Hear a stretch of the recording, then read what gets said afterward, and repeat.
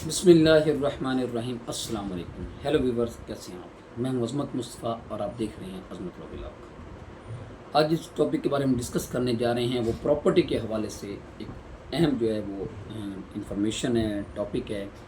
Property के हवाले से हमारा टॉपिक ये है कि किसी बंदे के बाद गैर रजिस्टर्ड शुदा जो है वो सेल डीड हो तो वो अपने आप को कैसे तहफ़्फ़ुज़ कर सकता है कानूनी तौर पे। यहाँ पे आपको मैं बता दूं कि गैर रजिस्टर्ड शुदा सेल डीड क्या होती है।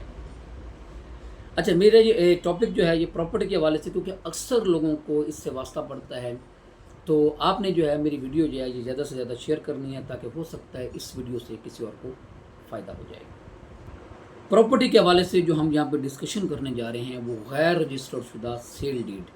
पहले हम डिस्कस करेंगे कि गैर रजिस्टर्ड शुदा जो है वो सेल डीड क्या होता है।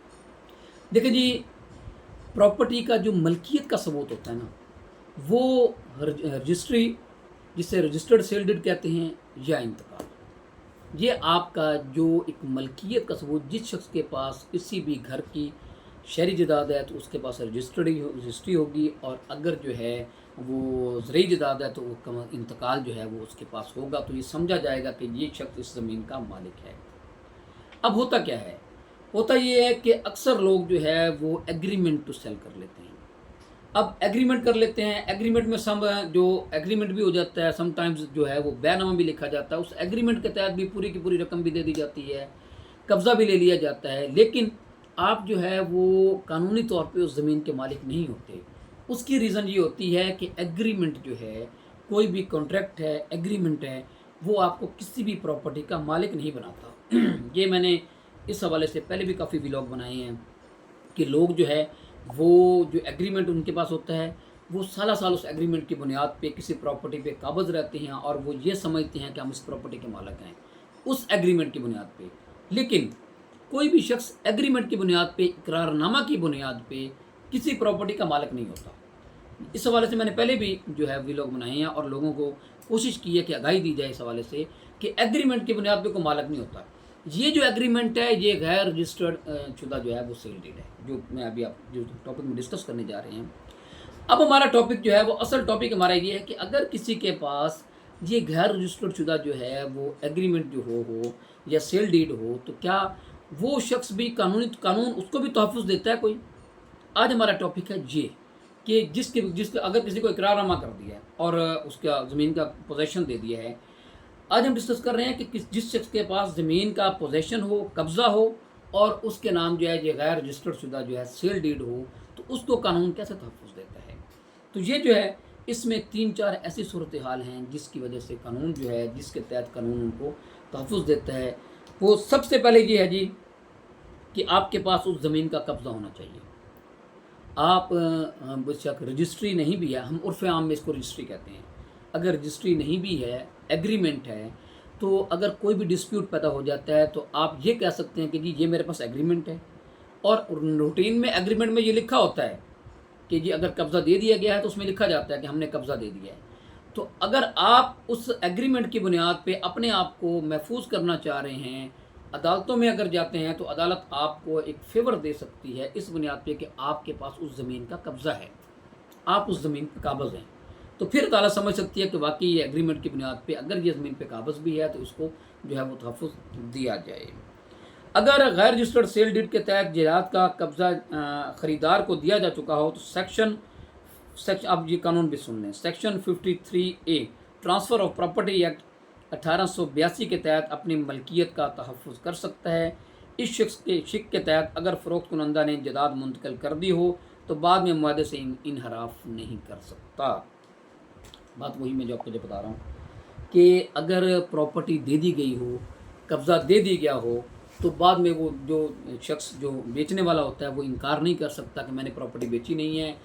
कब्ज़ा देने का सबूत जो है वो जो प्रॉपर्टी लेने वाला है वो उसको वो तहफ़्फ़ुज़ देगा कानूनी तौर पे कि वाकई इसका जो इसके पास कब्ज़ा है। इसलिए आपके पास उस प्रॉपर्टी का कब्ज़ा होना ज़रूरी होता है। अगर आप एग्रीमेंट करते हैं तो ज़मीन का कब्ज़ा भी ज़रूर लिया करें, फिर आपको कानून जो है वो उसकी कानून तहफ़्फ़ुज़ दे सकता है।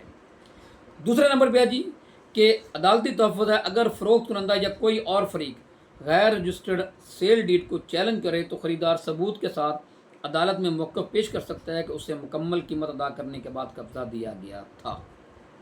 اب جیسے میں نے پہلے کہا کہ جی جو بیع نامہ لکھا جاتا ہے، جو ایگریمنٹ لکھا جاتا ہے، اس میں سم ٹائمز ایسا ہوتا ہے کہ اس میں لکھ دیا جاتا ہے کہ جی پوری رقم ادا ہو گئی ہے۔ جو بیچنے والا ہوتا ہے وہ اس بات کا اقرار کر لیتا ہے اس ایگریمنٹ میں کہ واقعی مجھے پوری رقم مل گئی ہے اور میں نے پوری رقم لینے کے بعد یہ پراپرٹی ان کو دے دی ہے۔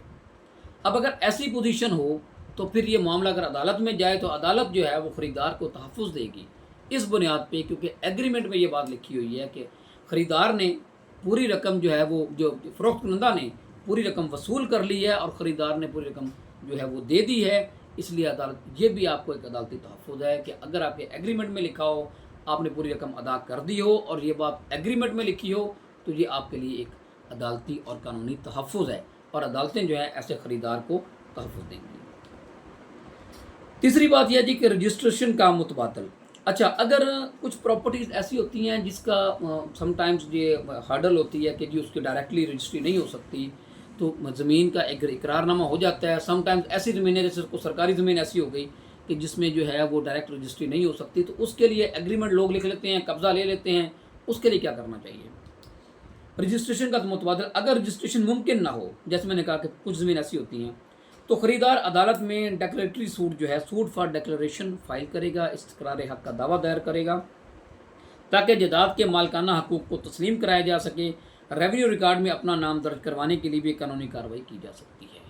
اگر ایسی پوزیشن ہو تو پھر آپ عدالت میں جا کے استقرار حق کا دعویٰ دائر کریں گے اور آپ کا نام جو ہے وہ جو پراپرٹی جو ہے وہ آپ کے نام جو وہ اندراج ہو جائے گا۔ اس کے بعد ہے جی کہ فروخت کنندہ کے بیانات۔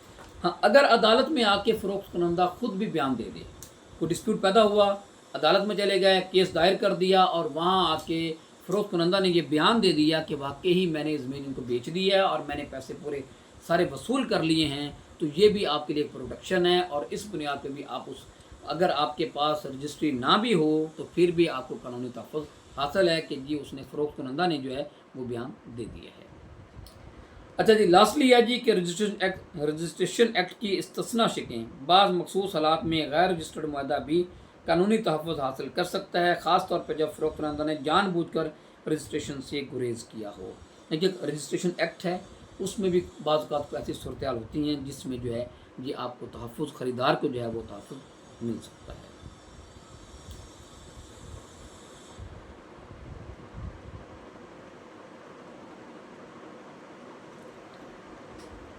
اچھا جی، اس میں ان ساری باتوں کا جو کرکس یہ نکلا ہے کہ سپریم کورٹ نے یہ، ابھی میں اس کا فیصلہ بھی سپریم کورٹ کا کوٹ کروں گا کہ سپریم کورٹ نے کہ فیصلے میں واضح کیا گیا ہے کہ اگر خریدار کے پاس غیر رجسٹرڈ ڈیڈ کے ساتھ قبضہ بھی موجود ہو، یہ دونوں باتیں جیسے میں نے پہلے کہا کہ ڈیڈ بھی موجود ہو اور قبضہ بھی ہو، تو وہ قانونی طریقوں سے اپنے حقوق کو تحفظ کر سکتا ہے۔ تاہم بہتر یہی ہے کہ ہر پراپرٹی ٹرانزیکشن کو رجسٹرڈ کرایا جائے تاکہ مستقبل میں کسی قانونی پیچیدگی سے بچا جا سکے۔ یہ جو ہے جو سپریم کورٹ نے جو فیصلہ دیا ہے اس کی روشنی میں سارے جو ہم نے وہ ڈسکس کیے۔ سپریم کورٹ کا فیصلہ جو ہے وہ جو رپورٹ ہوا ہے PLD 2023 سپریم کورٹ صفحہ 506 پہ۔ تو یہ تھی جی آج کے ڈسکشن پراپرٹی کے حوالے سے کہ کسی بھی غیر رجسٹرڈ سیل ڈیڈ جو ہے اس کو تحفظ قانونی طور پہ کیسے مل سکتا ہے۔ میں امید کرتا ہوں اس حوالے سے آپ کو آگاہی حاصل ہوگی۔ اس کے ساتھ مجھے اجازت دیجیے، اللہ حافظ۔